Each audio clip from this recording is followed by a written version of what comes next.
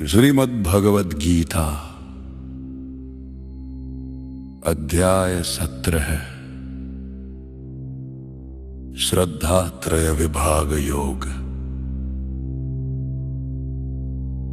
अर्जुन बोले, हे कृष्ण, जो लोग शास्त्र विधि को त्याग कर श्रद्धा से युक्त होकर पूजा करते हैं, उनकी स्थिति क्या है? क्या वे सत्व, रजस या तमस में स्थित हैं? श्री कृष्ण बोले, हे अर्जुन, देहधारी प्राणियों की श्रद्धा 3 प्रकार की होती है, सात्विकी, राजसी और तामसी। मनुष्य जैसी उसकी श्रद्धा होती है, वैसा ही वो बन जाता है।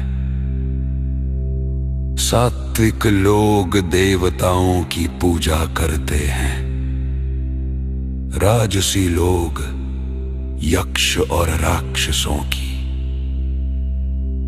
तामसी लोग प्रेत और भूतों की उपासना करते हैं।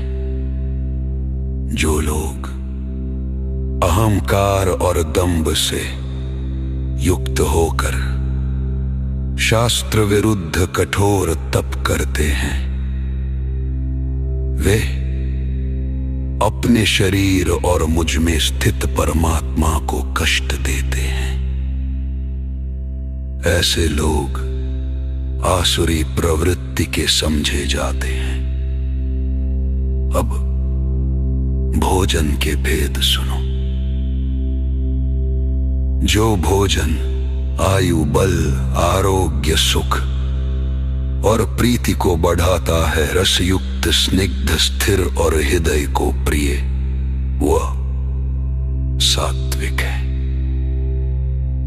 जो भोजन अत्यंत कड़वा, खट्टा, लवणयुक्त, अत्यधिक गर्म, दुख, शोक और रोग देने वाला, वह राजसी है। जो भोजन बासी, रसहीन, दुर्गंधयुक्त, अशुद्ध और उच्छिष्ट है, वह तामसी है। यज्ञ भी 3 प्रकार के होते हैं। जो शास्त्र विधि के अनुसार फल की इच्छा त्याग कर किया जाता है, वह सात्विक है। जो यज्ञ दंभ और फल की इच्छा से किया जाता है, वह राजसी है। जो विधिहीन, अन्नदान रहित, मंत्र रहित और श्रद्धा रहित है, वो तामसी है। तब भी 3 प्रकार का है। देव, द्विज, गुरु और ज्ञानी की पूजा, शौच, सरलता, ब्रह्मचर्य और अहिंसा, यह शारीरिक तप है। सत्य प्रिय और हितकारी वचन, यह वाणी का तप है। मन की प्रसन्नता, शांति, मौन, आत्म संयम, यह मानसिक तप है। जो तप श्रद्धा से युक्त होकर फल की इच्छा त्याग कर किया जाता है, वो सात्विक है। जो तप मूर्खता से अपने या दूसरों को कष्ट देने के लिए किया जाता है, वो तामसी है। दान भी 3 प्रकार का है। जो दान कर्तव्य समझकर उचित स्थान और पात्र को बिना फल की इच्छा से दिया जाता है, वो सात्विक है। जो दान प्रतिफल या प्रशंसा की आशा से दिया जाता है, वो राजसी है। जो दान असम्मान पूर्वक अयोग्य पात्र को और अनुचित समय पर दिया जाता है वो तामसी है। ओम तत्सत। यह ब्रह्म का त्रिविध नाम है।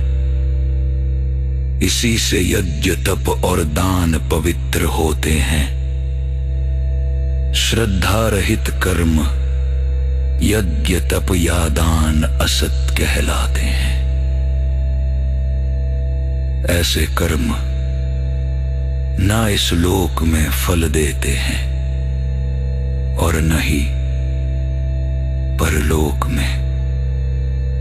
संजय बोले, इस प्रकार श्री कृष्ण ने अर्जुन को श्रद्धा के 3 भेद और उनके फल का विस्तार से ज्ञान दिया। यही भगवद गीता का 17वां अध्याय श्रद्धात्रय विभाग योग समाप्त होता है।